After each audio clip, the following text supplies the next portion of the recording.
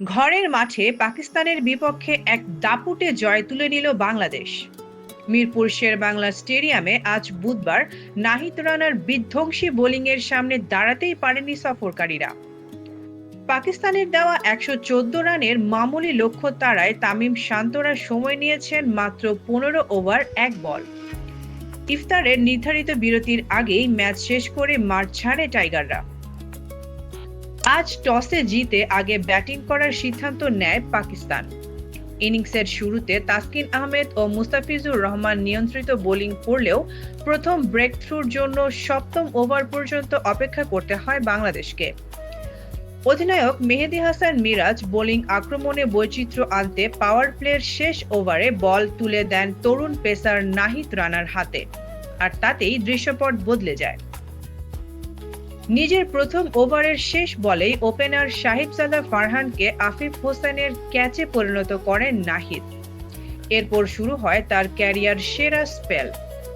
নিজের পরবর্তী ৪ ওভারের প্রতিটিতেই উইকেট তুলে নিয়ে পাকিস্তানের মিডল অর্ডার ধসিয়ে দেন এই পেসার।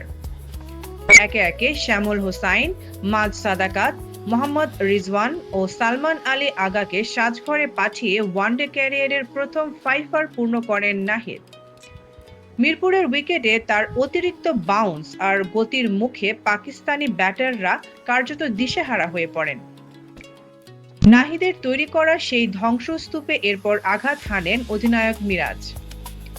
১৯তম ওভারে আব্দুল সামাদকে লিটনের গ্লাভসবন্দি করার পর হোসাইন তালাত ও শাহিন শাহ আফ্রিদিকেও দ্রুত ফিরিয়ে দেন তিনি। এক পর্যায়ে মাত্র ৮২ রানে ৯ উইকেট হারিয়ে ১০০-র নিচে অল আউট হওয়ার শঙ্কায় পড়ে পাকিস্তান।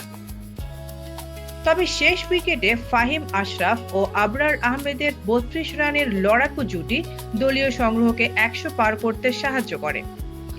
দলের পক্ষে সর্বোচ্চ ৩৭ রান আসে ফাহিমের ব্যাট থেকে। বাংলাদেশের পক্ষে ২৪ রান খরচায় ৫ উইকেট শিকার করেন ম্যাচ সেরা নাহিদ রানা।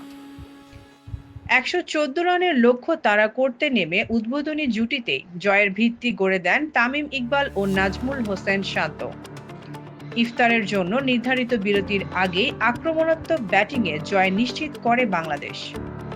এই স্বল্প পুঁজি নিয়ে বাংলাদেশের ব্যাটারদের ওপর কোনো চাপই তৈরি করতে পারেনি পাকিস্তানের বোলাররা।